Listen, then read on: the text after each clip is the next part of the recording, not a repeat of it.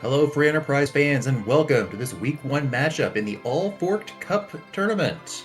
We have Shiru of Sheila's Spork taking on Jazer of Indigo Imps. I'm Roddy Sniper, joined by Infinius here in the booth. We've got Ingy Dave running the restream, and we've got Xenocat tracking for us. And as we celebrate Free Enterprise's past and future with the All Forked Cup, Infinius, we're going way back a little bit here with the ZZA, the Zemazone anthologized race. What are your thoughts on this particular flag set here in this tournament? Well, this is going to be very interesting because once we move to 3.0, with all these fun objectives like break the spell of Twin Harp or complete Cape Bahamut. Now all we have to do is just forge with the Legend Sword Adamant to get our crystal, which harkens back to Highway to the Zima Zone 2. There's also a few other fun things split in there to help with that. And I hope that thunder did not come through the microphone. But we do get access to some that we normally would not see it in this in any tournament races. The 64 floor glitch, which again we have starting teller, it may become very, very relevant. Absolutely, being able to break the game and just kind of zip around wherever we're in a few select locations is always a welcome thing to do in any sort of race. Are there any other flags in this tournament that get your eye as far as things that may either trip up the runners or really heavily influence things? Well, there's a few things to note. I think one of them is the fact that it's T semi-pro, so somewhere halfway between T Wildish and T Pro. So we're probably going to be looting a bit more items just to get our early game power, but also it's S Wildish, so those shops are going to be amazing. Except for the minor detail that you won't get vampires, nor will you get damage items from those shops. Yeah, and I think that lack of damage items, we were talking about this a little before we went live, that starting Tella is gonna desperately needing something to help these runners get through the early game here. So, well, on the flip side though, if we're able to get to the moon early and we have and we are able to climb Ordeals very quickly, we do have the EXP maxable bonus flag on. So if we're able to get a Siren and an Hourglass, because those gold dragons are off memory about level 90 something, our character will get a lot of XP just from doing one set of gold dragons. It'll be very useful. And with Taylor being able to learn Wake, that makes them quite trivial to take down, and very, very efficient to get our levels that way. Once we find our Darkness Crystal, and once we get our go up Ordeals.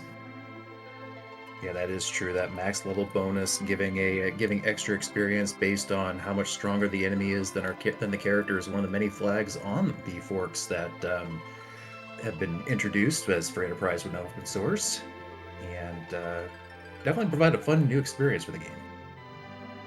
Oh, and with a Palom, that Octoman's going to give us a spoon, and that Palom is actually one of the more interesting characters to get early on. We know that he can, given that he can learn Virus, he can learn Quake relatively quickly. I'd be looking to see how I'm going to get our power very early through our Palom. It doesn't take all we need to do is go up Hobbs and hopefully get him his level 2 elemental spells, and hopefully we can use that to power through the rest of the sea. Yeah, Palom definitely very nice to have. Getting access to that those strong spells early on. Was that a curse ring they got as well? Oh, I don't think so. No, they all got it will be a starting spoon. Oh, okay. Sorry. No, I had a little bit of a hiccup in my screen, and I forgot about the flags. Yes, we are. In fact, we have to get the spoon. There's one of the more interesting flag sets available via the fork is that you can define which starting item you get. In this case, the spoon. Which, even more annoying, there's no spoon flag, so that is essentially a dart for someone. So, looks like we have some cabins and life potions and ether ones in the Kaipo item shop, sort of the if you need a D machine kit. Yeah, but those are going to be very important if that is our plan. It might be that might make our D machine also efficient because of max EXP level bonus might kick in there. Also interesting to note, we also got a Zeus Mage. Now, we mentioned that we can't buy those in shops, but that Zeus Mage may be very important for us to get through the changing room, because this is a hero flag set, so Teller has to encounter whoever is in that room by himself.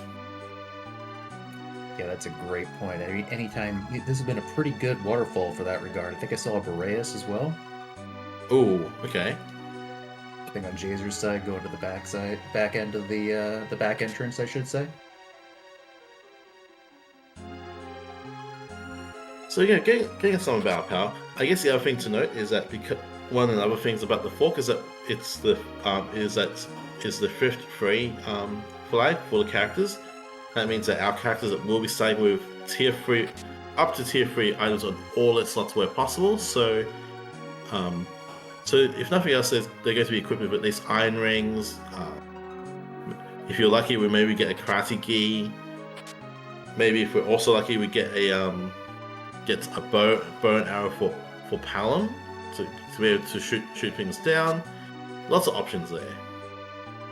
And as we see on Jazer's side, the junk flag is also still on, so things like iron helmets that would normally be converted to cash are just going to be there, and it'll be up to the runners to either discard them or throw it away, so inventory management is going to become a bit of a challenge. That's true. Inventory will be a challenge, but on the flip side, well, we kind of want to be doing our shopping anyway, because it's Eswaldish, and there can be some amazing items in those shops in only Overworld. If we are able to find sorcerer robes, charm rods, that will really also help get Palom up and running really quickly. Yeah, anything that'll boost that wisdom stat in him is very welcome. I think I did see a black robe and a change rod, and also an elven bow as well in that waterfall dive that both runners did. So, some good stuff there. Oh, actually, interesting that with power and headband, that might be enough for Teller to get through early game ordeals with some punches, as it were. But Jazer going up to Hobbs. Hopefully, it's a relatively nice boss here.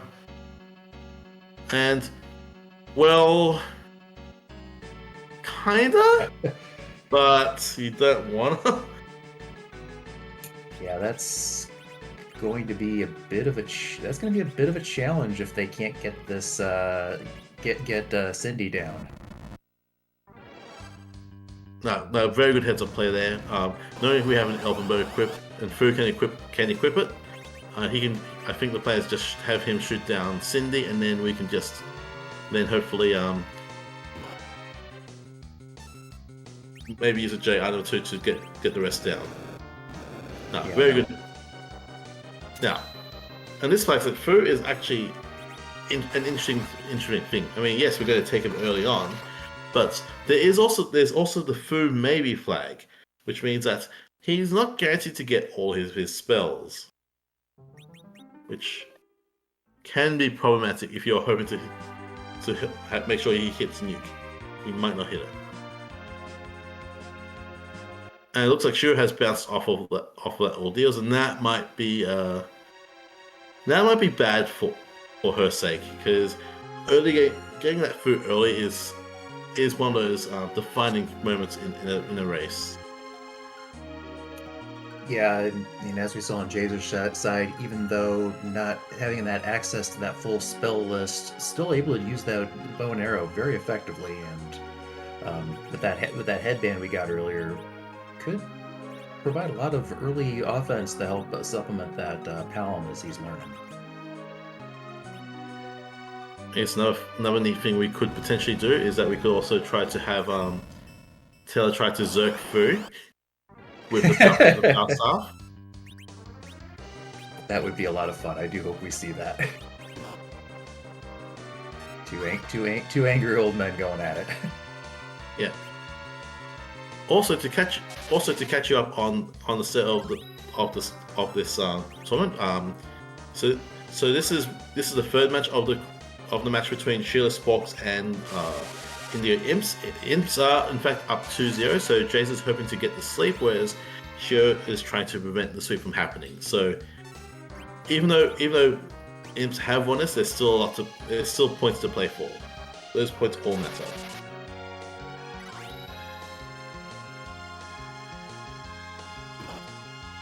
But yeah, as we see, we have Baigan here. Not great with this team setup because, well, his main defense or offense will be a fire 2 from this power. Which that with a bluff that does enough. Explode doesn't matter who that hits. Perfect. And yeah, Jazer is through, but this is again just goes to show how important getting that experience on Palom, the early food. That is giving Jazer a lot of time on Shiru right now, unfortunately. Yeah, no, Shiru having a very difficult time getting through that defense without a Baigan not really having the offense to back it up. But very nicely done on Jazer's side, saving that fire 2 until it was enough damage for lethal, so didn't have to worry about the wall casts. Very nicely handled. Yeah, also very good heads-up play of actually using bluff to make sure that Palm had increased wisdom stat to be able to make sure that fire 2 would do enough damage. Yeah. That's a plus 10 boost every time you bluff? 15 for every bluff. 15. And it's he can do it multiple times up until his Palm stat gets to 99. So meanwhile, on Jazer's side, we're defending for Bull. That is a Sparkle. It's not the worst thing that could be there. At least you have Fire 2 from Palom, so fortunately we don't want to. The other annoying thing is that we don't want to attack them directly because they'll then into their virus script, but we wouldn't want to anyway because, well, this isn't exactly a physical team at all. Yeah, even those fire 1s on food might be enough to help whittle down one of the D-Lunars.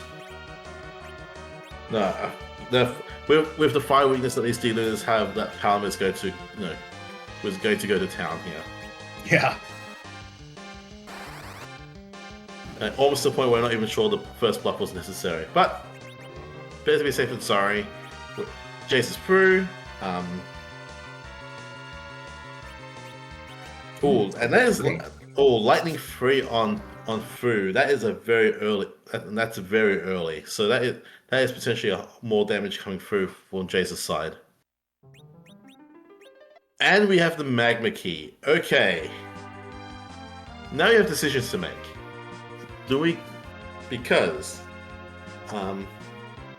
well, first things first, I guess. If we want to make use of that, truly, we have to go up Ordeals.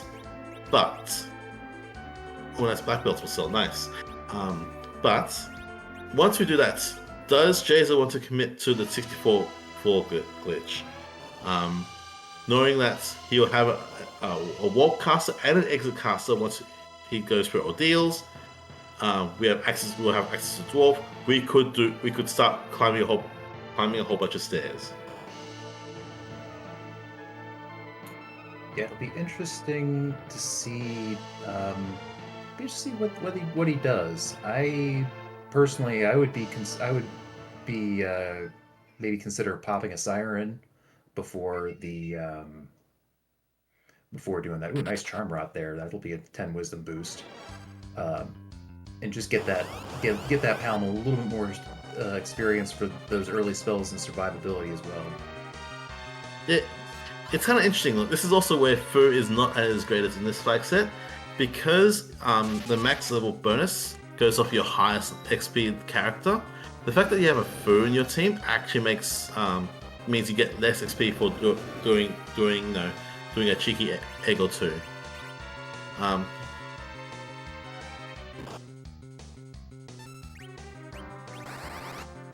I guess although having another cheeky thing you could do, and this is a kind of an out there thing, is that as a part of the 64 floor glitch, if you go into the ribbon room, you can pop the siren there and get a trigger, which is still more XP than an egg, and it's free because all a trigger will tell you is that it's weak to lightning. Well, that's convenient. We have Lit 3 to cast on Trigger. Yes, what could possibly go wrong with that idea? Oh wait, hang on. Although,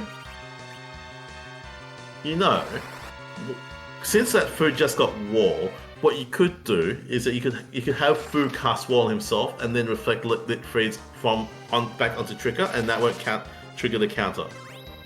That is there. You go. But we've got the week will be good enough just to set him up as you indicated. That's true. That's also true. But look, I like thinking about very niche corner cases. Okay. No, it's definitely 4,000. As we see, 4,000 damage on the Evil Wall and the Ordeals 2 spot from that Lit 3. Yeah. Like I said, that Lit 3 being very early. Also received Pounding Virus. We also just got Meteor on Fu. That's also pretty early. That's what 1,000 1,000k 1,000 hit point Meteor. That's still very good. Yeah. Plus fire. Now the question is, there was also Stone there. Yeah, Stone's also very good. So Meteor probably more important for cases where you just really need to get the kill done quickly. Well, not quickly, but like I guess if there's a CPU somewhere, that's a way to make sure you can do quad 9 to everything there.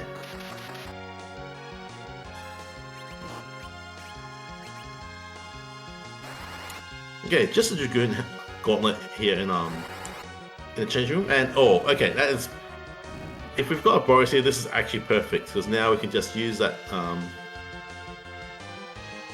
Or if we want to wait for the Gathering the Water, we could use the Zeus Rage. That should be through. And Shiru's also through that. The full defense. About to get her Magma Key, and it'll be interesting what she does in this situation because, again, she now has access to underground. She hasn't been able to get that through, so her incentives might be a little bit different compared to Jazer's. Yeah, no, that was Shiro getting through that D-Lunar fight for her first bit of experience, which very difficult. That is a pretty tricky fight at that Fabul defense spot, so very nicely done there.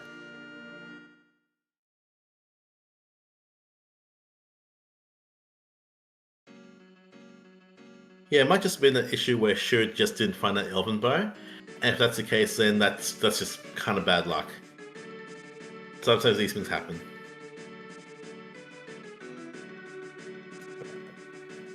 Doing some early shopping as Jazer makes his way down Mount Ordeals. We'll see if Jazer chases that Magma Key now that Tella is online.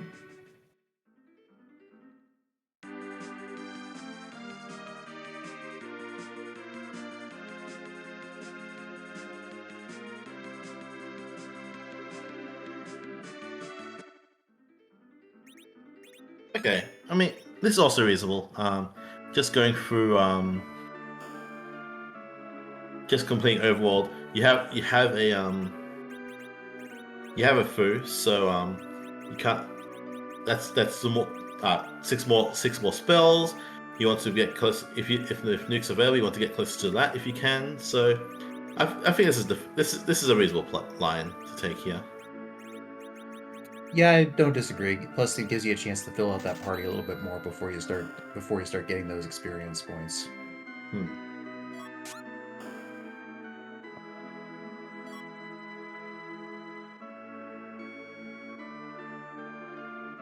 Okay, Sid is not exactly the person you want to see here, but you're not sad either. Okay, we also have Cure 4 here. And Fire 3. And we've got Weak as well. Fu has Weak. Okay. The the maybe spells have been very kind so far in this seed. Yeah, like some very heavy hitting damages pretty early is a benefit here.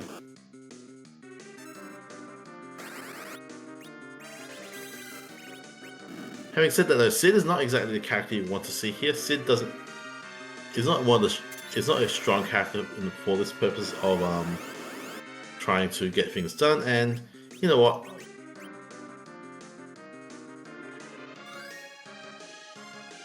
Okay, I guess we're going for the blink.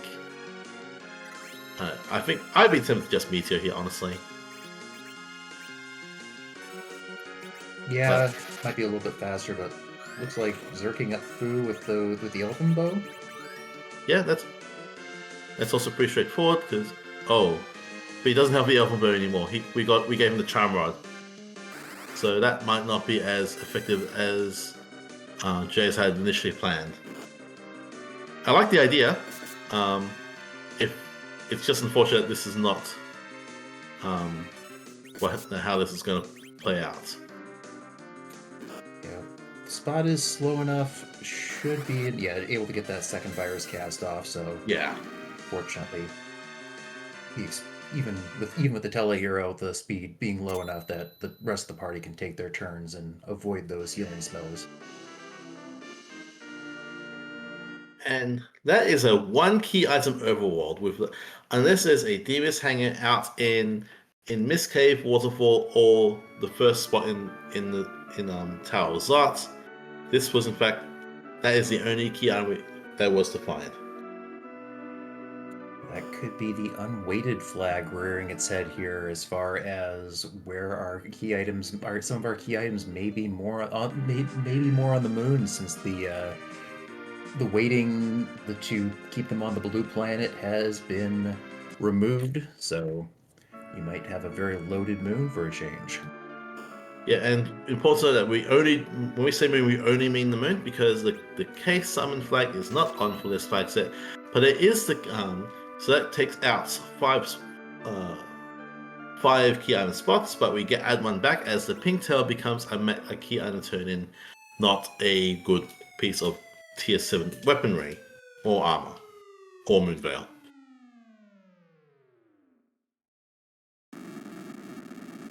But Shiru is also through Baigen, has gotten, I think it was a Dragoon glove, I think, here. Yeah, that was the silent staff on that one. Okay, silent staff, yes. But yeah. Which would be very welcome. Yeah, she is slowly making progress through this. Again, just not being able to get through that Magus is proving to be a bit of an unfortunate situation here. That's right. So, Dragoon Glove was Ordeals. Yep. Look, there's a whole bunch of blanks here. Like, it's I know. Absolutely, no. We've been, like you said, one key item out of all our overworld spots. That's not common, even with the unweighted flag. Because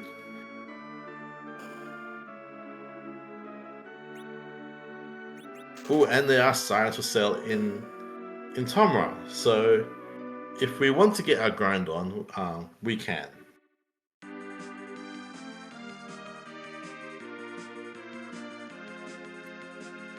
Yeah, Jazer buying a stack of 10, getting ready for that, and could be online very, very quickly. Yeah, I think it's just unfortunate that the character we have do not exactly need. The only character that really wants experience here would be Palom. Taylor doesn't really get much better with levels. Same with Sid gets a whole bunch of hit points, and that's about it. And Fu is already level 50 something anyway. So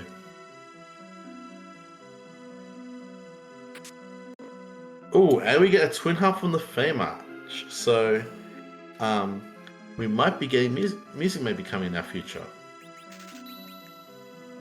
Yeah, and a server drop for sale in Fame Arch. That's, if it was for the C Fu maybe flag, that might be a big deal. But since we're not guaranteed to get nuked,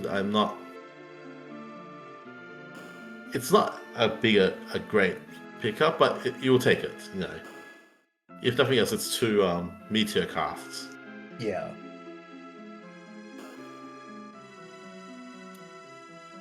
Fu and Tello both benefiting from that extra 10 max MP from that.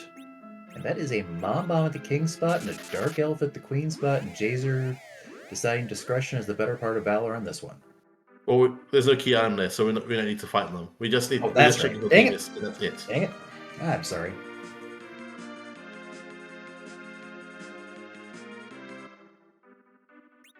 Yeah, it's okay. It's a lot of the time we're used to playing K summon and K min as well, so it's quite a common thing to note. Oh, it's we need to fight the thing here, but this is the one case where that is not the case. Right. We do have 2 other flag sets here as part of the All Fort Cup that our runners are part of teams of 3, and they are all going to be. Each runner has a specialty flag set that they are assigned to. So, fortunately, they're very used to the ZZA flag set, so they are much better at keeping track of the flags in this than I am in this particular instance. Yeah. So okay. So in the meantime, looks so good doing a couple of sirens. I'm not sure how many because I think Pound Quake has Quake already. Number 3, I think that puts him to 27, if my math is correct there. So 2 more and Palom gets Warp. But I think Quake is the real prize here as we contemplate doing Twin Harp. Now, Twin Harp kind of awkward with this party because there's a high magic defense spot. But no, but hopefully with Meteor we'll be able to pierce whatever magic defense is there. Yeah, even some of the tier 3 elemental spells can sometimes punch through if the wisdom's high enough, so that Fu might be able to do some damage. And I guess if nothing else, we're getting the we will also get Sheila 1 on the way. We are opting not to walk into Dwarf just yet, which that's also reasonable. We are still looking for both the Legend of Sword and the Adamant to complete the single objective we have, so it makes sense to do your freebies and see if you can't grab those key items. Okay, so looks like Jazer is setting up to just double check to peek Mist Cave just in case it's a Villa D Mist. You may as well while you're on the way to do your Sheila 1 check. It's kind of on the way. Does this kind of make sense?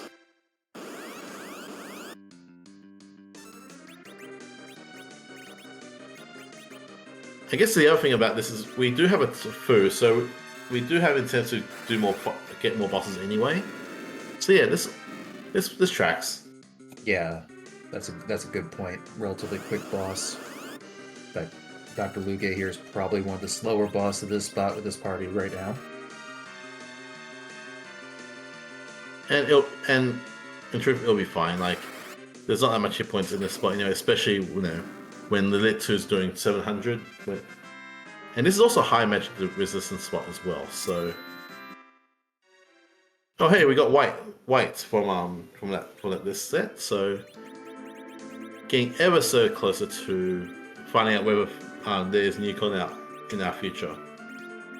Yeah, like I said, even without Nuke, a pretty strong spell list for Fusoya at least. Yeah, it's a very good spell list. I think if we get one of Quake if we get Nuke, it'll be a very, very good set. If we get Quake, no, it'll be okay. That'll be an improvement. So these Dark Imps will die to 1 Quake from the Palom, and yeah, we can call it a day. Meanwhile, Shiru going to be using it. Looks like getting ready to use a Siren on as well and get the Palom online. Okay, I saw Ice Free in that, so the other elements spell, but no Nuke, no. I think there's 2 white spells on top of that. So, again, no Nuke, but no, it's still a pretty solid spell list so far.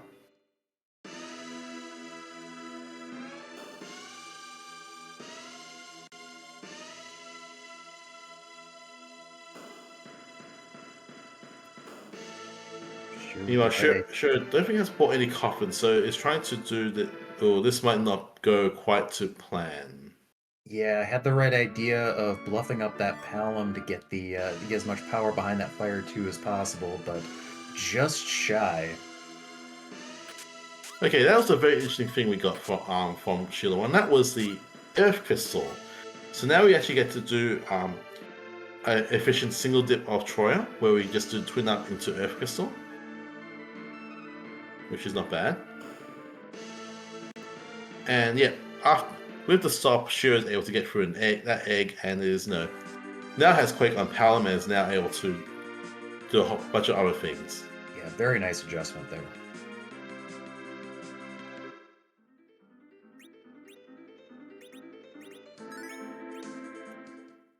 So with that Earth Crystal in hand, looks like Jazer is going to go ahead and check the Treasury first. That is gated behind that Earth Crystal. Should be some pretty good gear here, even with the semi-pro flag. And it's T semi-pro, so it's. But having said, we also don't know what we're looking for because we have Sid and so Big Bomb, Blitz Whip, Mute Bell, Dragoon, Up Glove. Oh. Never mind. I guess this is fine. Crystal Sword, Stardust Rod, Sork Robe, Protect Ring, Gungnir Spear. Yeah, that's pretty good treasury.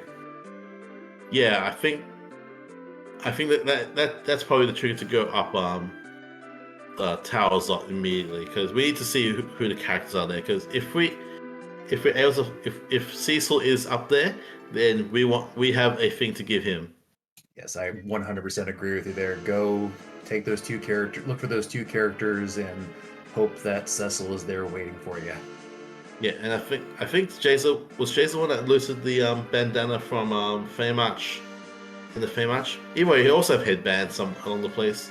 I'm sure we could probably find power shifts for sale somewhere. I know we definitely found black belts for sale. We just load up with strength boosting gear and have him go to town. Yeah, that will. And with Cure 4 and Fu, that means we might be able to do I guess for like a better term, power couple strats where we have one Cecil with Berserker and one White Mage. No, just keeping him alive. A little bit more dangerous on that one because of the lower HP, the lower MP pool, but definitely an option. Look, that's hey, the server drop means that we now have 5 Cure 4 casts. That is very significant. Yes, you are very correct there. And if nothing else, we also have support. We can get supporting damage in with Palom getting casting some amount of spells, and I guess we could also give Cecil the Aegis Shield as well, just to give him a whole bunch of other stats immunities they would not otherwise have. Meanwhile, Shiru is going to take on that Asura and should be able to get through this because, well, Asura's not going to do anything, and we can just bluff our way to max level Quakes. Looks like that is exactly what Shiru has in mind. She's getting that Palom bluffed up and should be able to putting a wall up as a safety. I do like that decision just in case. Yeah, it makes sense. It's, oh, that was a number on that Leviathan, 9,765, which very convenient. That's what has 9,000 hit points. Oh my! Oh, that was you can play on Fu as well. Oh, this Fu is online. Yeah. So even if we can't find that Cecil, the Cecil to use that crystal sword, we're in pretty good. Jazer's in pretty good shape with that Fu.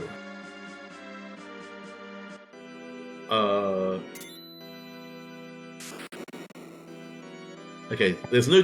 Oh, that is also a very interesting thing to note there. We know where D-Mist is.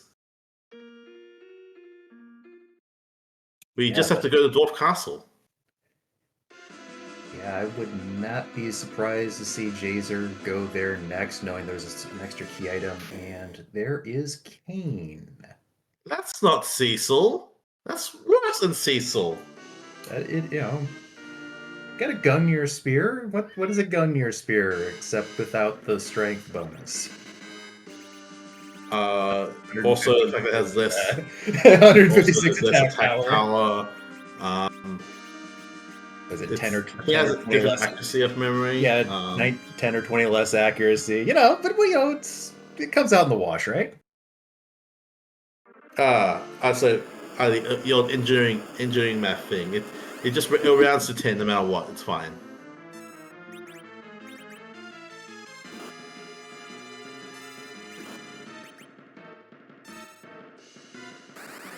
But yeah, 2 quakes means that Jazer should be through this fight pretty quickly. Yeah, and he is. Yeah.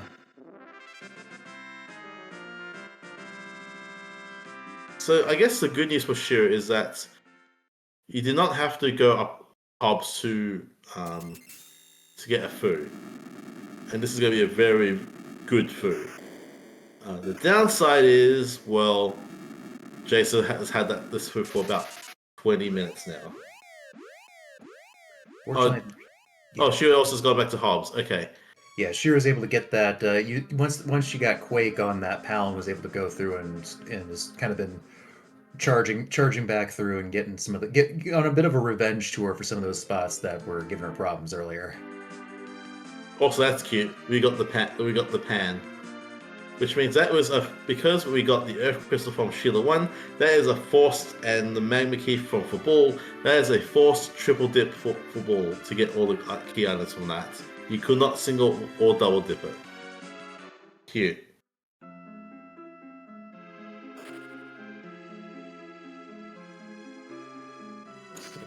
And yeah, it makes sense for Jason just head on straight because you get a good piece of gear because the pan bonk isn't going to get you anything, but returning the pan will get you a key item, which we're actually starting to run out of places to go, honestly.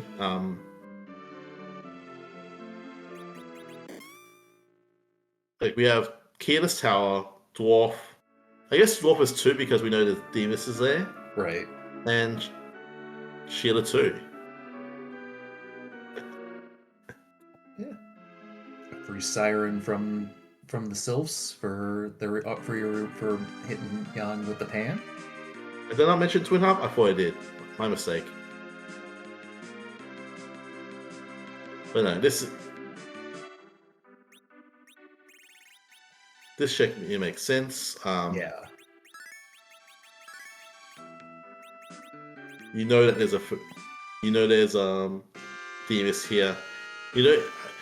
I suspect we're not going to see a 64 floor glitch because we have a food. We'll just power through the seed and get our darkness crystal that way. Unless there's a very rude boss at in Seal Cave, we have no intent to do that. Yeah. Now, in Dwarf 1, we know this is Marlon and Friends because we saw Marlon Z at Baron in 1. And yeah, and Duke and Quake should make very short work of this spot. yes. Yeah, there goes Marlon, and these guys would not now there's their masters up there would normally start punching everyone, but well, yeah, they did not get a turn, so woe is them. Yeah, Jazer fortunately having that Quake queued up because that could have been a little bit spicy to get those if those gases started swinging like you said, but fortunately able to get through with no incident.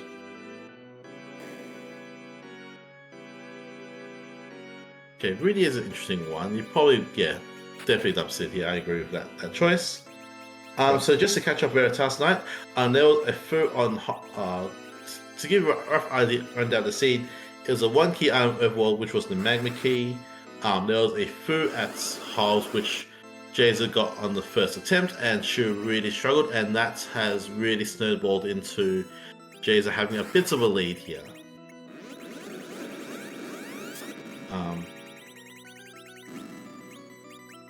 The fact that this Fu has learned to nuke is very significant. And we got to slingshot this Rydia, so Rydia is now level 21. Yeah, so that Rydia did learn Bahamut as part of the grow up spell list here in Dwarf Castle. So she can also chip in for some damage on the moon. Should we get that darkness crystal? And also, best ghost hand is the best hand.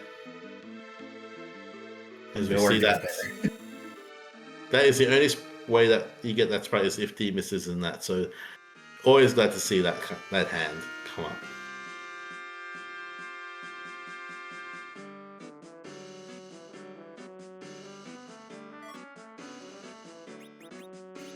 Okay, at least a white spear is an upgrade to a Gungia spear. But yes, definitely. That might not necessarily be the what we were looking for per se.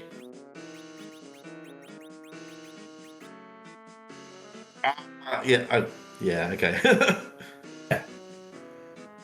So, and doing some shopping here.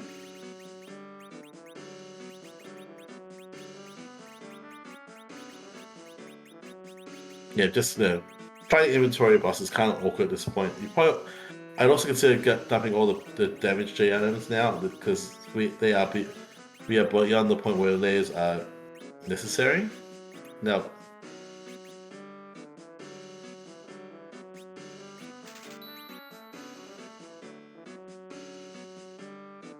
nice tiara there. Nice, yeah. nice headgear for Rydia. And hourglass tubes. That'll go nicely with those sirens we have. Yes, and the 2 weak casters we have. Yeah, XP is not going to be a problem in this scene.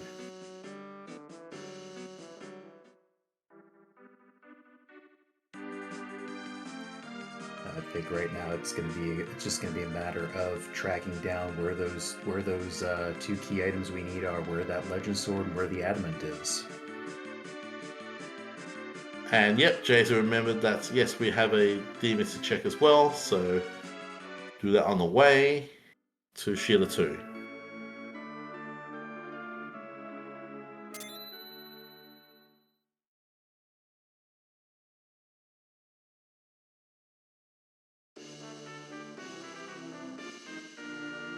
Well, the chain continues in that space, so now we can do full tower as opposed to keyless, which is nice for efficiency routing. I was gonna say that makes a lot. That's very nice to see as far as just saving some travel time going back and forth. But it does look like Jazer. Oh, got to cash in that Pam first. Yes. But we are quickly running out of spots. Again, we have the twin half, the Sheila 2, and that full tower now.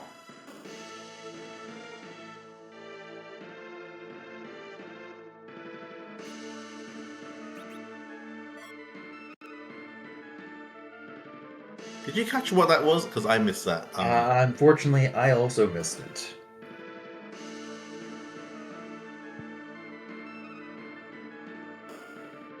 Be looking to get confirmation on that either through the inventory or from if someone in chat caught it, but I just watched it again. I think that there's a bit of a technical issue that just meant that it just delayed. Okay, we'll try to keep an eye on that inventory then next time it comes up. Yeah.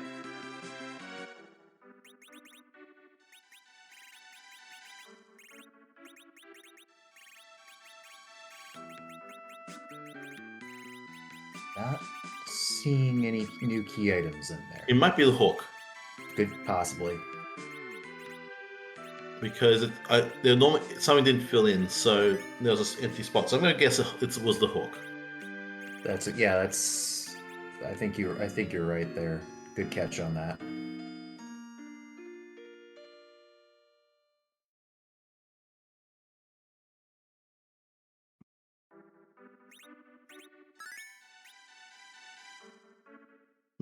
Anyway, while we wait, just waiting for confirmation on that, Jazer's just going to climb that tower. Meanwhile, Shiru getting ready to go into Dwarf Castle.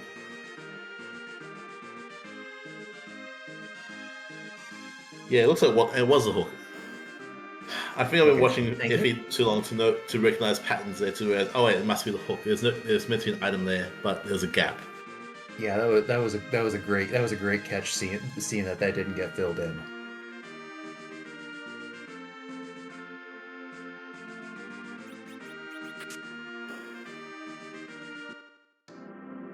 All right, so doing the super cannon first. I mean, it doesn't matter. Minor detail either way.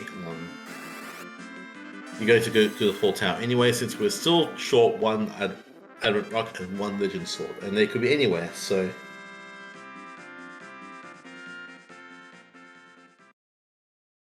Yeah, you need both items. Might as well do both checks, like you said. yeah, basically in terms of preference, if you're going to do the full tower, it's basically a matter of taste of which one you handle first, especially this spot where we have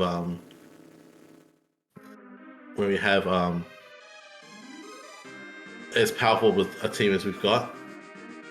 I think the only time it actually matters if you're doing push me to jump seeds, where that order actually does matter. How so? I don't think I've run into that with push speed jump. Okay, as we see Valvalis here in at the top tower, I believe this is a neutral spot, so this our team will be able to get through. Should be able to get through this, I believe.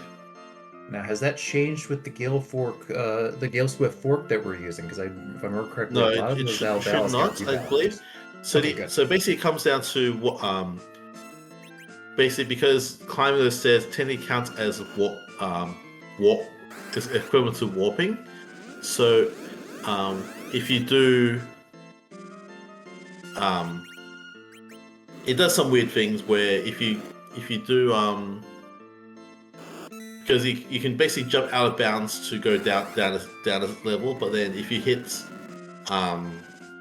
if you go to super cannon room in between that kind of that kind of messes everything up because that's a separate room. Oh, okay. Hey, good to know that for the next time the push speed jump flag set comes up. Help keep me out of trouble. Yeah, basically jumping out once you've gone to the super cannon room. When you get to that room where the super cannon is in, and you jump out of bounds, it'll warp you to where the super cannon is, and that's basically it. You can't try to base jump any further. It'll just revert you back to that room. Okay. Well, thank you.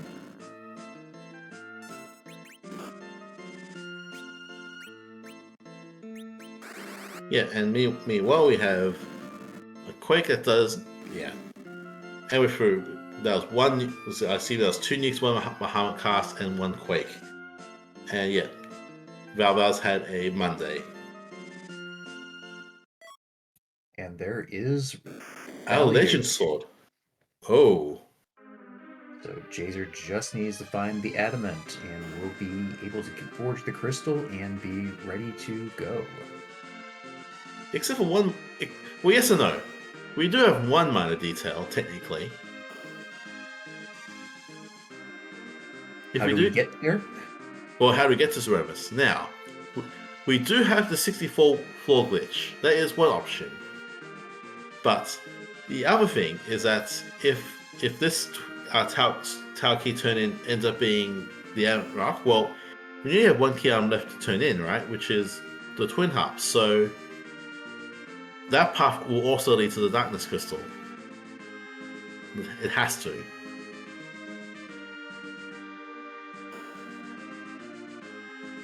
Yeah, either through the Luca key or the Baron key behind it at the very worst.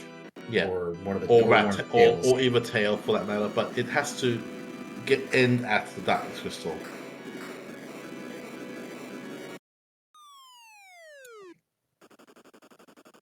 I could see potentially going through and at least following part of that chain to get to where you need to be for uh, the 10 key items to make that grind a little bit faster. And again, I think there was a bit of a hiccup there.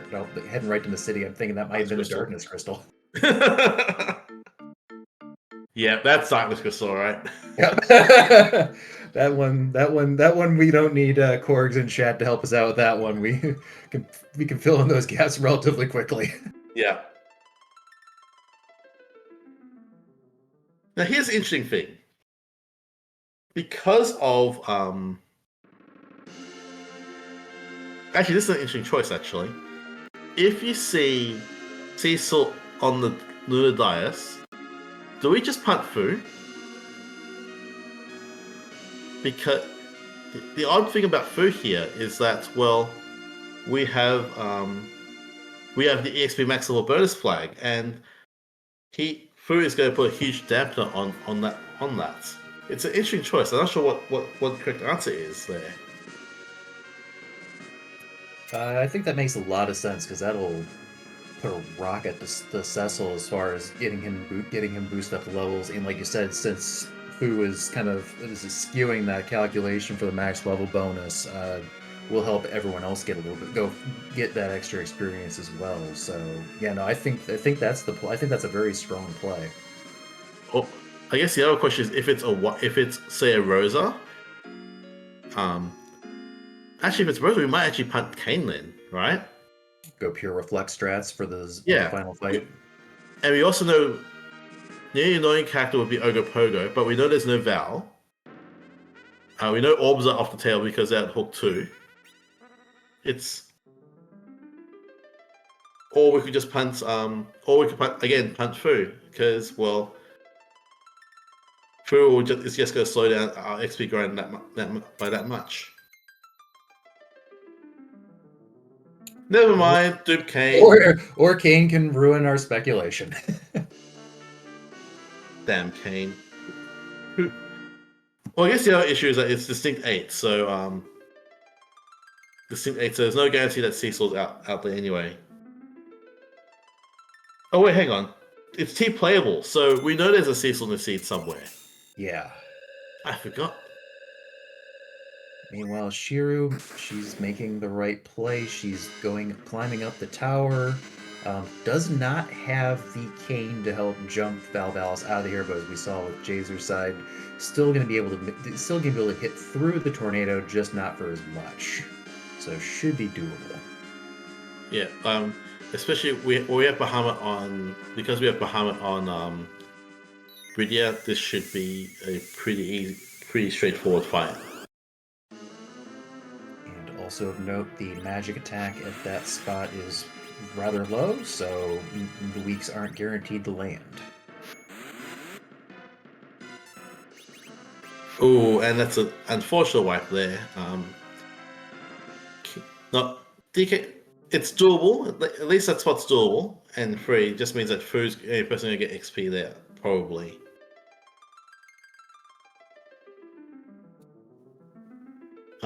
We just need to be able to get Fu to cast Cure 4. So the answer might just be to lower the bow speed, parry around, make sure that Fu is second to act, and then go from there.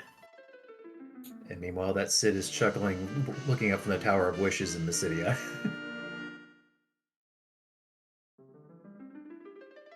I don't think Sid would have helped by that much. I don't think we've gotten that much XP. We're still at Jason's still at 9 key items, so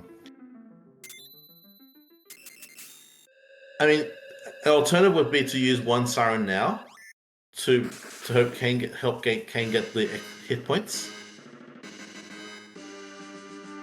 Or we could just fade it. Okay. That's also an option you have available to you. Yeah, I think it makes sense. You know, to your point of using a siren and getting experience, this is a way to get that experience through a boss check, as well as potentially get that 10th key item, and then be able to just you're hoping that the adamant isn't there, and you don't end up doing the whole moon unnecessarily, but it makes sense. Yeah, it makes sense.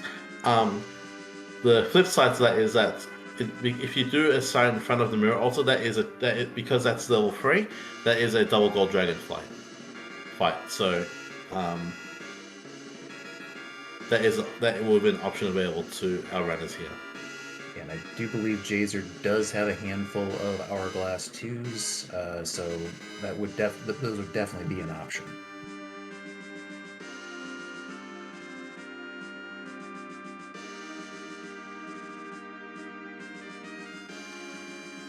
Okay, I just have to check whether Silk Glitch is on, since I just saw it on Shiru's side. It is, but no, but there's still enough magic defense to make that do nothing.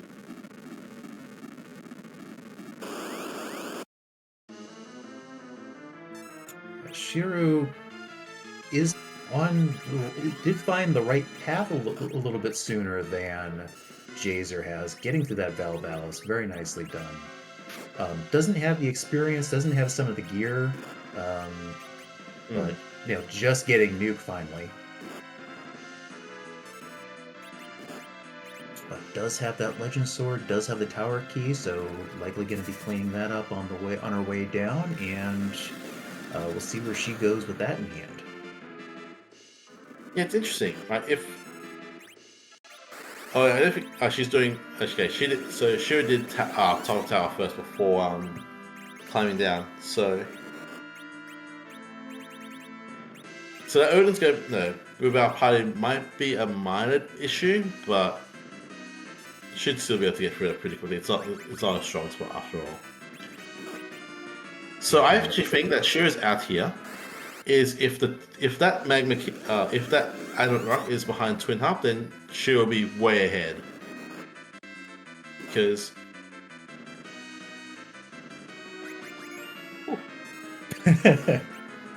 1, 2, 4 from a lit one, nice. But yes, just to finish that point, yeah, because it'll be a while until Jazer actually comes back to finish that fight. So if that, I think she has the incentive to do that right now. But given that the state of her party is basically, oh, never mind, Jazer's in go mode. Yep, there it is, on the White Spear altar behind that Elements fight. Yeah, so that is, and conveniently enough, that is Jazer's 10th key item. So, no pass, so we're going to have to climb back up here again, but we are going to be, I imagine we are going to do our grind and be done, and then get the heck out of here and then come back. After we get whatever super weapon that Teller has. Yeah, I think he's in the same pool as Palom and Porum, similar to Fu, so... I think it's a specific set though, off memory.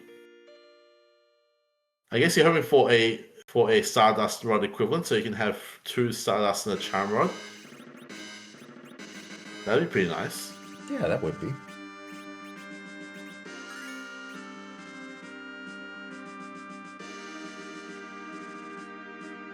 There's the Darkness Crystal on Shiru's side, as Jazer is looking to be heading up to the floor for some of those gold dragons.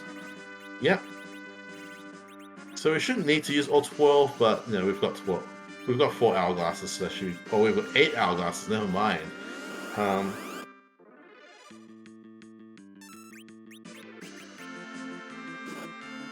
Now, the question is, are we feeling cheeky enough to try and go for double life glitches here? Does look like Jazer's going for that, queuing up the Ice 2 on Rydia, which has a slower cast time, allowing for some extra attempts. Only 8 life potions, though. That could become a bit of a sticky situation. I mean, yes and no. I mean, annoying, but we should be able to get through this pretty quickly. Yeah, so for Shiru to get in go mode, she has to go immediately to the White Spear altar, right, and to be in go mode. And her grind's gonna be a lot slower because she doesn't have 10 key items yet. Yeah, that double experience boost for 10 key items is a huge difference maker.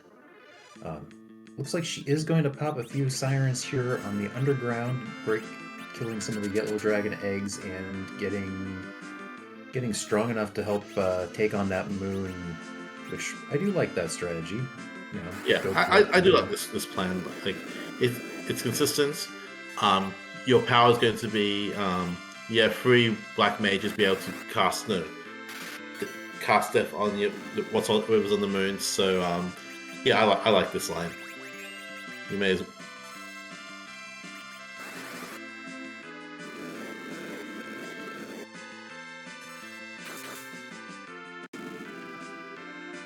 We have dueling grinds here on screen right now, so I guess now is a good time, as my cat has just reminded me, to promote the Discord. If you'd like to learn more about Free Enterprise, and if you're enjoying what you're seeing and want to learn about it, or get into some discussions on the 64 Fuller glitch or the various other in-depth mechanics on here, please check it out. And great resource full of great people. Yeah, you also get details about what's going on with 5.0 as well. That's coming. That's going to be completed soon. TM. So there's a lot of interesting things going on with that. So yeah, um, feel free to join and check it out. Yeah, I've been having a lot of fun playing around with the alpha of 5.1. There's some real, the Gale Swift fork that we're using for this tournament has introduced some very interesting and challenging flags, and the 5.0 the 5.0 update is going to take that even further with some of the things they've added in. It's it's very much an exciting time for Free Enterprise. Yeah, it was, I guess from my perspective, it was kind of fun doing some playtesting for that. No, playing through some literally unwinnable seeds, which was fun. But that's the point of alpha testing. You find all these bugs, and hopefully not. No, wait until someone else finds others. I guess.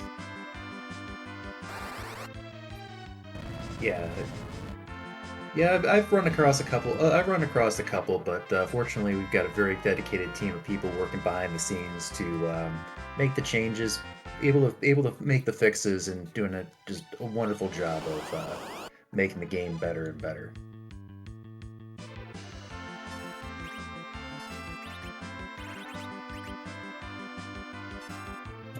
Palm is up to Medio on Jazer's side, so very close to wrapping up this grind. Yeah, the fact that really, I think from a slingshot at some point, really learned nuke first, which rarely happens.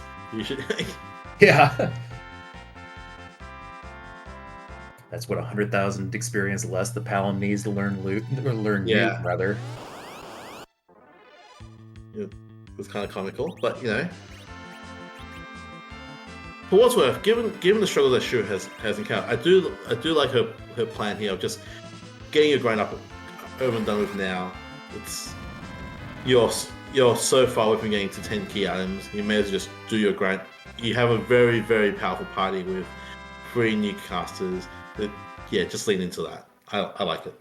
I do too. I think she's making a very good. She's making a strong decision. Just you don't know how bad that moon is. There's a lot of unpleasant bosses we have not seen. You mentioned Ogopogo earlier. Don't believe we've seen Golbez or Wyvern. So that moon could, we obviously know how it does lay out, but it could have been very ugly for these runners. That Dark Knight Cecil at the Marasme altar kind of speaks to that. Agreed. That if that had it, or if it was that twit, no. It just there are just some unfortunate things that happened, and it kind of snowballed out from Shiru's perspective. But I think given the issues that she has faced, she's made the right decision after that. Yeah, no, we saw some very good adjustments and some difficult fights to get through and get in position where like I said, was on the path, but much shorter with found the path much quicker as far as the item checks, but that early power of the food becoming the big difference there, just not being able to get through that Magus Sisters fight on Mount Hobbs as quickly as Jazer did.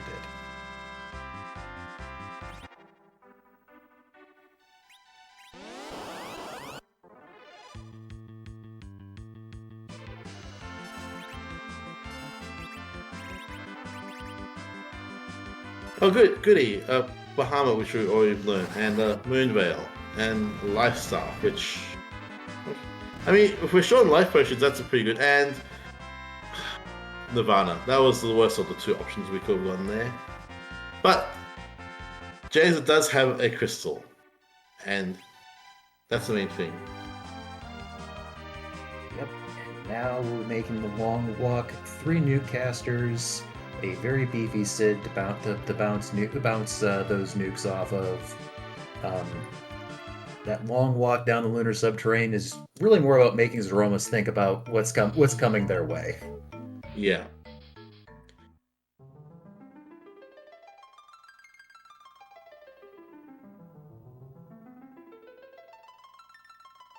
Yeah, a mild chain we never got to see the intricacies of the 64 floor glitch because it was absolutely not needed at all, but you can't win them all.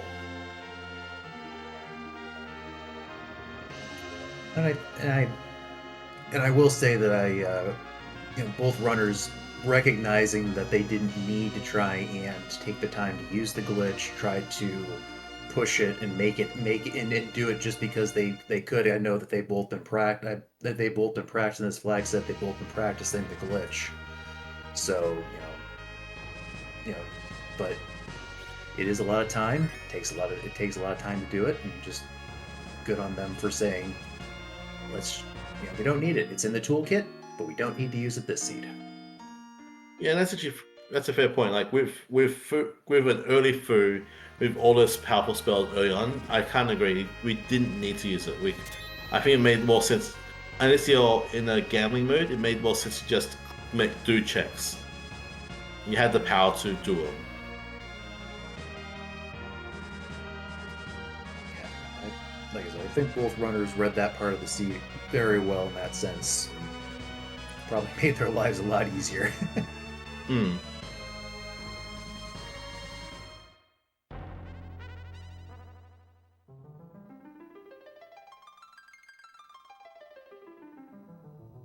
So she was going to get that cannon, probably going to say no to him because, well, I imagine she's already done most of her grind anyway to get to a fair chunk of her grind anyway. So Yeah, I would say that's a good chance there.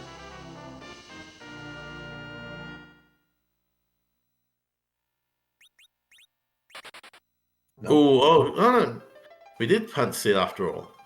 I guess given that Sid was only level 41, I don't think she has completed her grind completely. Um, so on one hand, that may bite her a little bit when it comes to doing DKC, but we know our Gomo's in the element spot, so that should be okay. And oh, we are diving straight to bottom of LC right now. So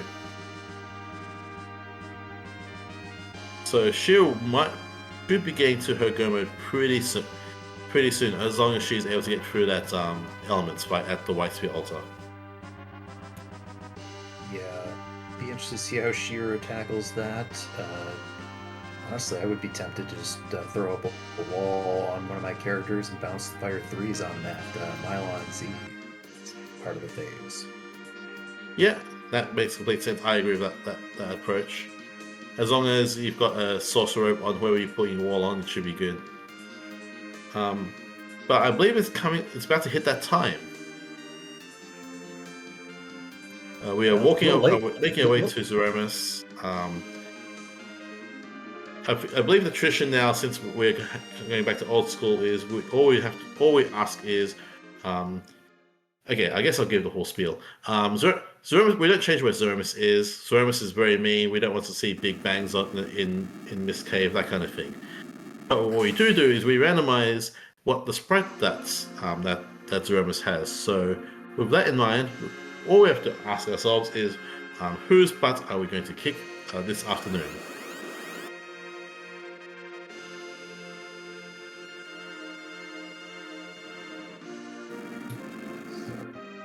Jazer getting ready to throw the crystal as Shiro decides to tackle the ribbon room first and taking on the karate fight, that's a little scary with those kicks.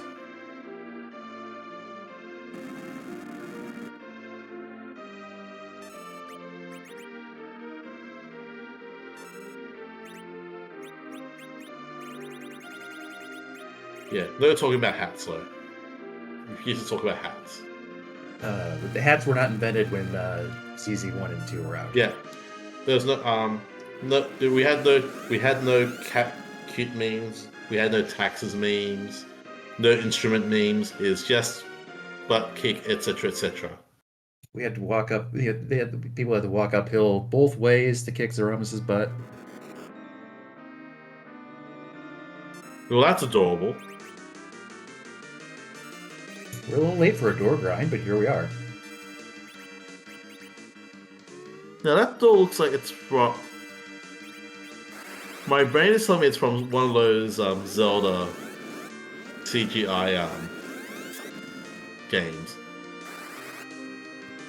Yeah, I can see that. That's that very distinct art style that Animation Magic used.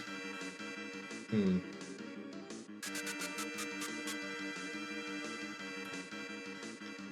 Shiru taking on this element spot as Jazer getting this element's fight at the white spear spot and getting those nukes bounced off of Kane. Invidious, how is Jazer approaching this fight, and what is significant about these reflections as opposed to any other approach? Ordinarily, the Zeromus script says that once you've dealt about 45,000-ish hit points to it, it will refresh its hit points back to 65,000. Goes into phase 2 of the fight. However, in the Super Nintendo version of the FF4, there's a little interesting, we'll call it glitch for now, that if you reflect a spell off something, it does not trigger any counters. And would you not, the counters that rescript is a counter. So by reflecting spells onto Outdoormus, we are able to basically bypass that refresh script. So we only have to do 61,000 hit points. So that's about. So the way I do that in my map, my head is roughly around 8 spells. It's with Fu, Rydia, and Palin all nuking. That's around 8 spells, roughly. And Shiru has hit her go mode. She did get through that elements fight, and is now contemplating what we're going to do, how we're going to do our grind. It looks like. Yeah, that's bit of an looks like exiting out of Lunar Subterrane. I wouldn't be surprised to see her grab some more sirens and go after those eggs just to finish it off there. So she's got to go back to the underground anyway.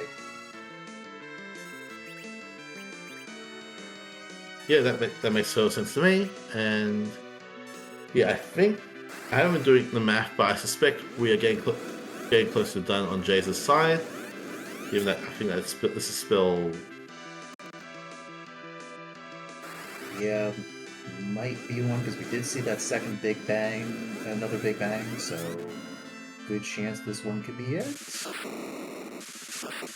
Yes, that's it.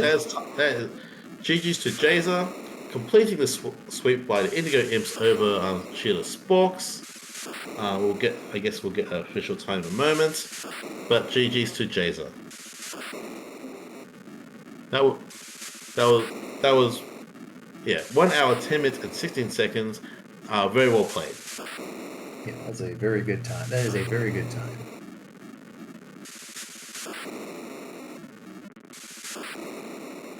I will just see if he is up for an interview in a moment.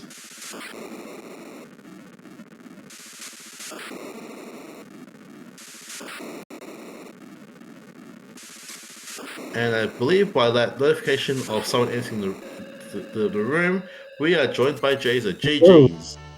GG, Jazer. Thank you. So one thing I have to say, well played for getting through that Mega Sisters fight on the first try. That is probably the big difference of this race. You got through that first try, and Shiru really struggled. Oh, okay.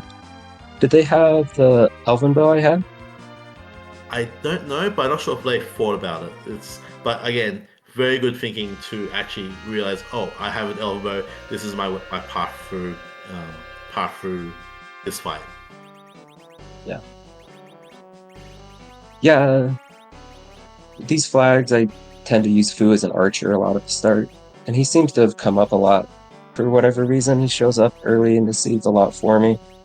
So, something I've taken to. Just because he doesn't have any spells worth casting usually. I mean, initially he doesn't, but boy, did he get some early good spells pretty early on. Yeah, he did. Like he got lit. I think it was lit free at 800 off memory. He got a whole bunch of other really good spells. Actually, got to learn Nuke and Quake. Yeah, he got lit 3 really early, it's true. And he did get Nuke and Quake, which was nice to be able to do triple nuke. So talk me through the early game then. Obviously, I guess with Fu being on the table, was there any temptation to once you got that magma key from Ball Defense, any temptation to try see if you can work out? I suppose you have to do all these as well to get warp. Any temptation to do the 64 floor glitch in this seed? Oh, I have chosen not to learn it. It requires precise movement and counting, 2 things I'm not very good at. I feel like I would mess it up if I did it in a race. To be I mean, that's frank, fair you enough. saw me not walk straight a few times. I mean, that's fair enough, and I think we were talking in commentary that you had the power anyway, so it made more sense to actually just blow stuff up. Yeah, I'd like to go to the moon. With Fu, obviously you can't, but I like to go to the moon and do early gold dragons to slingshot a couple people and then just blow up the moon from there. Is generally what I do for a counterplay since I'm not doing 64 door glitch. But chest Okay. count 64. Nice. Very convenient. Also, only five chests too few, but no, that's another story.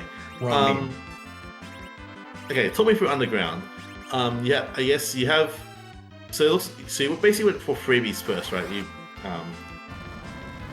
Freebies first, like you went to Fair March into basically doing Sheila 1.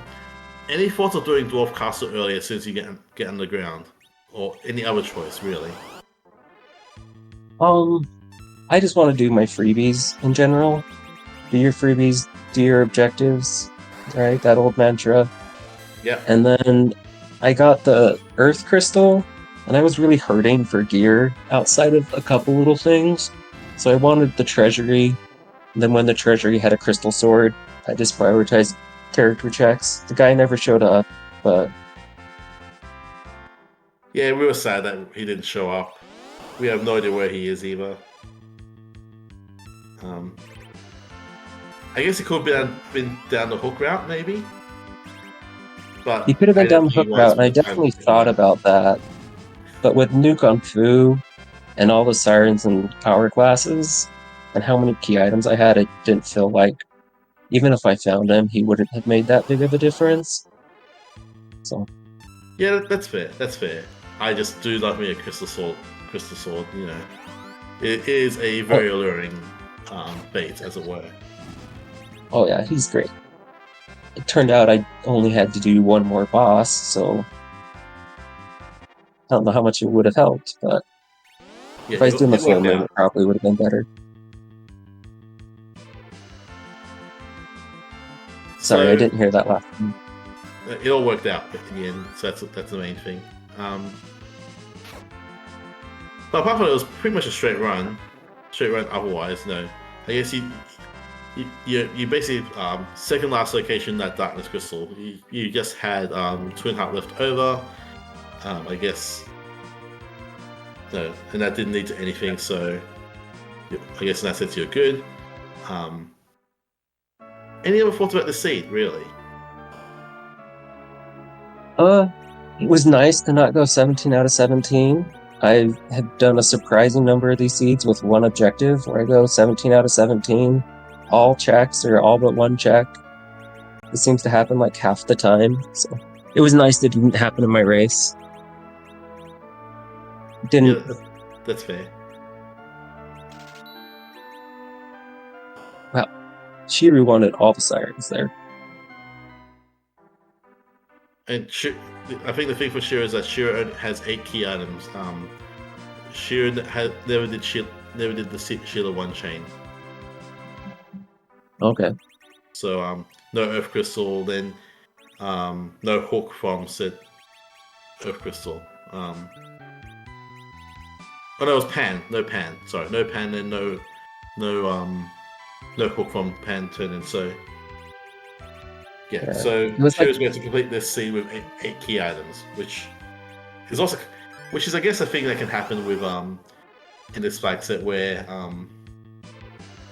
you just have one objective. You can get go mode in 3 key items. Yeah, you can. 3 key items in the past, and you can have go mode. My fastest seed, I think I had 7 key items and 4 characters. And I just managed to get a refill skip with a Zerk Cane. It was fun. That's cool. So your team has got the sweep. Happy for that. Any thoughts or any ideas of who you want to face next round? I personally would really like to do Sumomo Assemble for myself because I want to race Elvin. I think it would be a good race. We watch each other a lot on Twitch. But I don't know about my goal is I just want to make brackets. I think it's doable with our team. So well, sweeping your first round does make that a bit more likelier than most. Or if, I guess for Elvin, you just have to bait him by saying that Sid sucks and that'll be done with it, really. Yeah. I mean, he didn't have anything going for him. Kane didn't do anything either. Kane did something. He broke Val's spin a couple times, or once, so that I could nuke her. He did something. I think that spot that you can get away with not having to do that. I think that spot is actually one of the few spots where you don't need nuke will get through.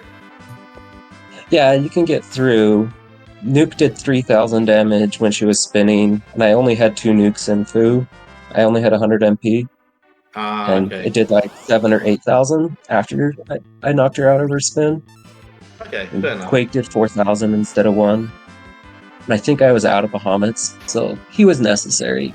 Well, I had an Ether too, so I guess I could have got through, but yeah, he helped. Okay, still more, I guess, still more useful than Sid in that situation though, so, you know. Sid will just be relegated cheerleading more than anything else. Yeah, not getting Fu early, struggling with the Maga Sisters would really make a big difference. Yeah, it really defined how this race was run at, honestly. Yeah. Any final thoughts?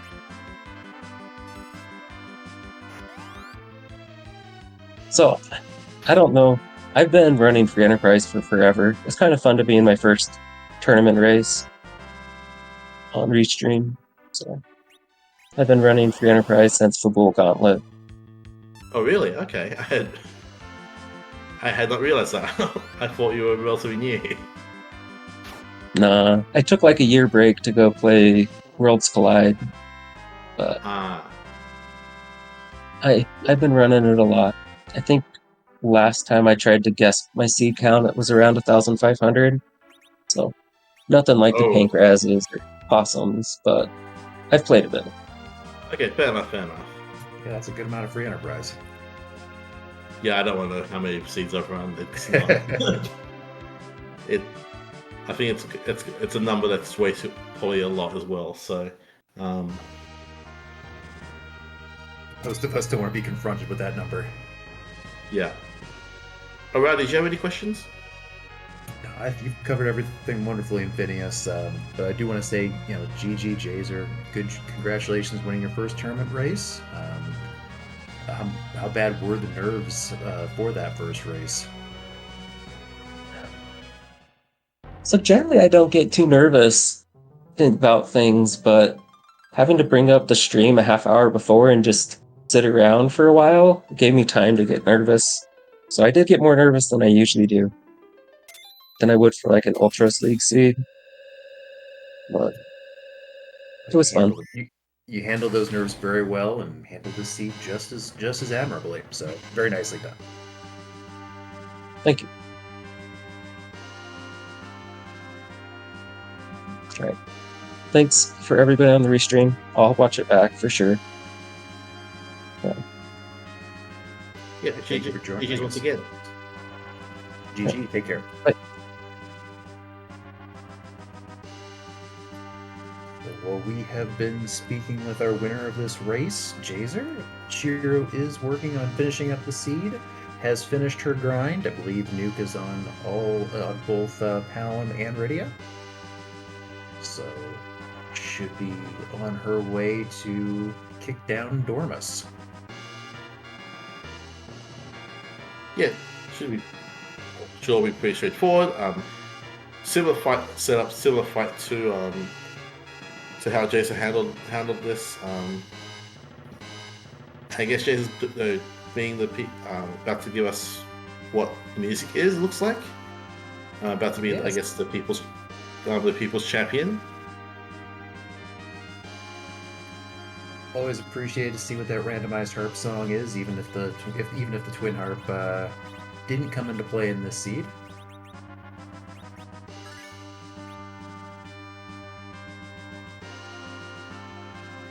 Now, Shiru's fight might be a bit sketchier because she didn't get the Stardust Rod from the Treasury. It might require a few more, like 1 or 2 more spells to get to that magical 61,000 damage mark. But with those levels in hit point totals, it should be okay. Having a whole bunch of hit points to help recover the fight should also help. Yeah, I agree. We had Mr. Explorer from La Montana.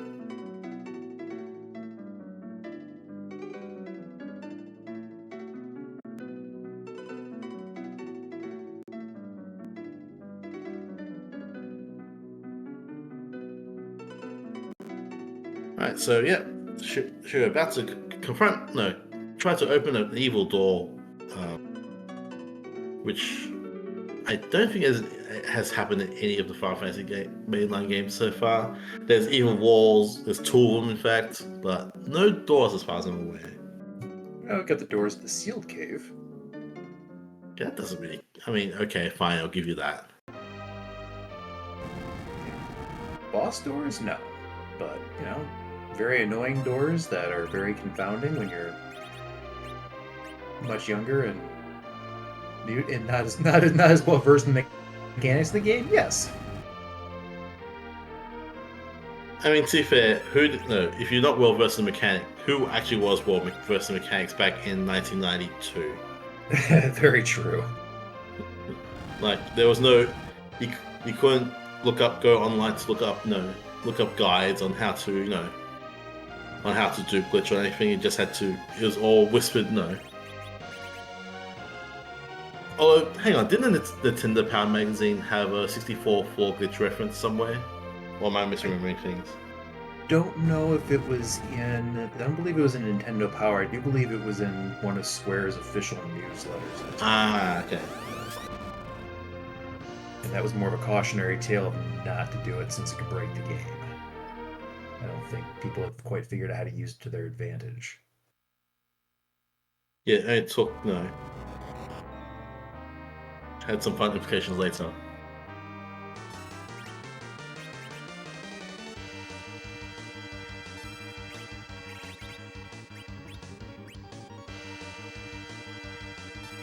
Shiru getting that wall up on Kane, getting those nukes going.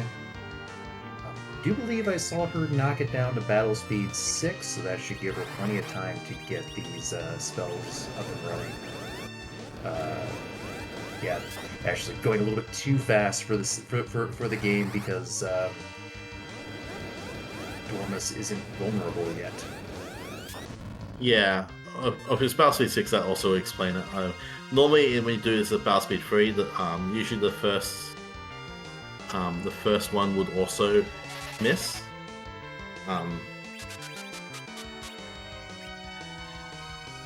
Unless you do like a spell that has a lead time like whites or lit, any of the elements of free spells, those would actually hit land.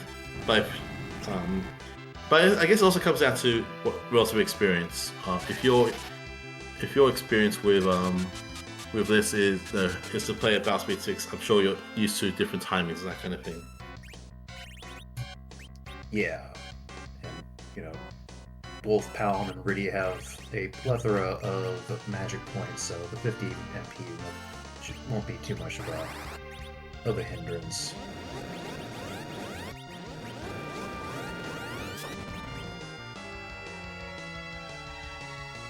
Yeah, and I guess the flip side of being at battle speed 6 is that you're not seeing a second Big Bang. Like, the only issue will be whether Palm survives the Big Bang, and that might cause some amount of delay. But with this Cure 4 coming in, that should this should be super safe. Yeah, that should definitely nicely timed to get that up, get that heal on Palom before the Big Bang. That one hit fairly hard for even though it was nerfed. Yeah, that sometimes happens when when people just don't hit their dodge rolls. It happens. Like the fact that Taylor died from 1108. That would have been a max. That would have been darn near a max roll at full force. So very good to get that nerf up. Get Zeromus to set that spell power a little bit lower to make that safer. Yeah. Also, I think Palom taking almost the full 1200 as well. Looks like. Yeah. Like, both him and Riddy were just like, we're in danger. But very nicely done, getting everybody healed back up. Kane is still very comfortable on HP, even though the wall is reflecting a little bit of health back onto Dormus.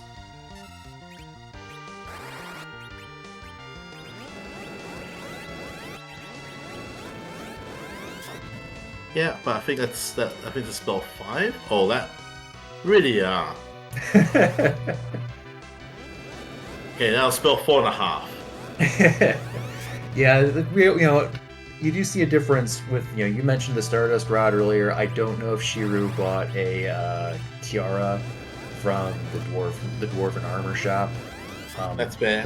Those modifiers on the gear, while not required or not necessary, you notice them.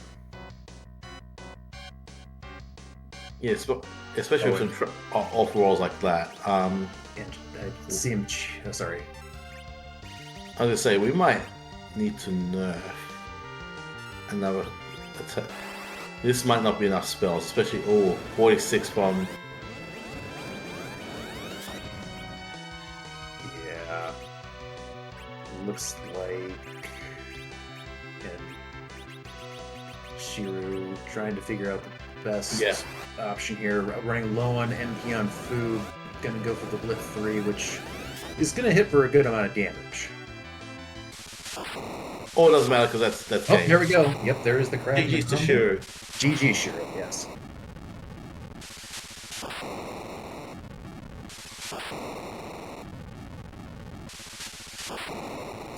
Wrapping up the seed in 1 hour, 30 minutes, 30 seconds. Very nicely done.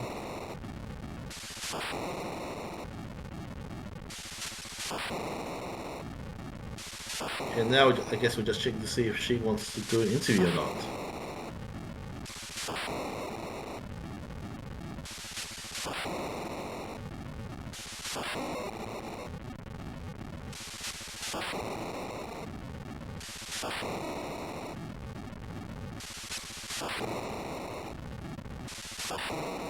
We'll wait for that.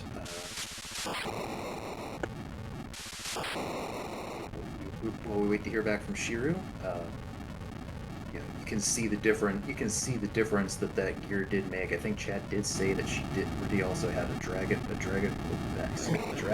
which does lower that resistance bonus. As you are preparing for these fights, those modifiers can make a big difference as far as number of rolls you get. Yeah. I guess another thing while waiting for Shiru to hop in is feel free to follow runners. They put a heck of a show, displaying. Feel free to follow them. Follow. Also, shout out to the rest of the Restream team. Xenocat doing tracking, NG Dave doing restreaming. I guess follow my co-commentator Roddy Sniper. You don't follow me is optional. That's fine. I get it. Nah, follow Infinius. Infinius is good. I barely stream anyway. Infinius is good people.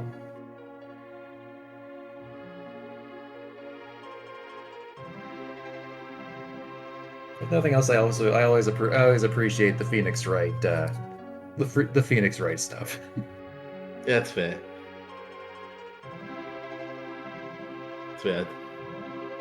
I'm still actually. Am I due for doing my yearly playthrough of the trilogy again? I have to be in close.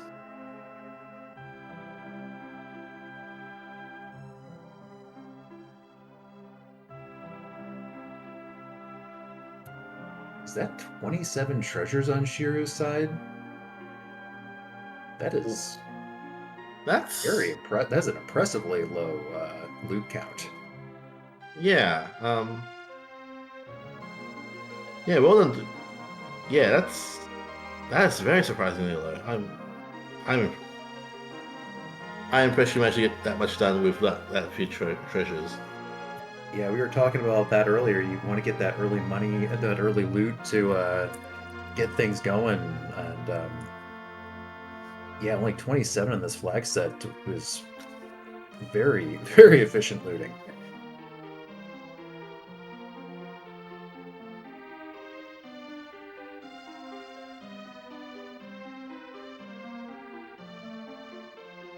But that waterfall did have some early J items that were some early were good powers, so I can see just kind of starting to try to go from there.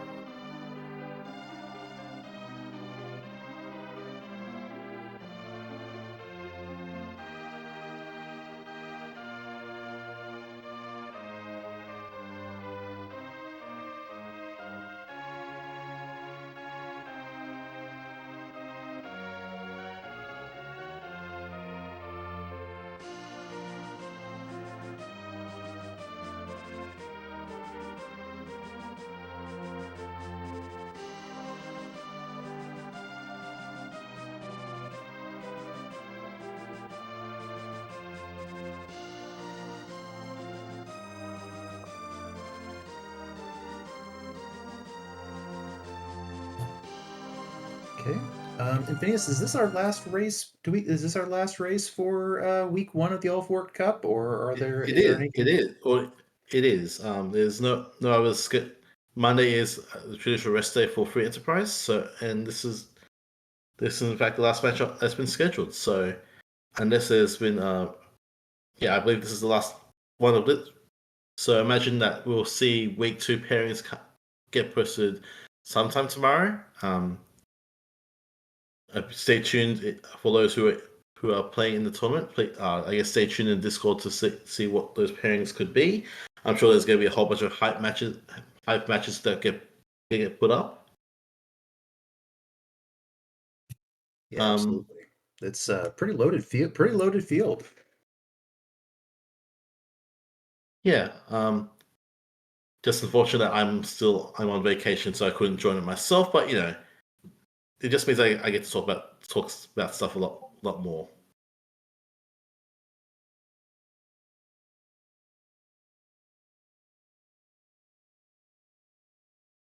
All right. Well, with that, you could check out the Discord to see those races when they are announced later this or in the next day. But since that does it for us for this week at the All Fork Cup, I think it's time that Infinius we sign off and let these people enjoy their day. Yep. And I guess for those in the US, happy Father's Day.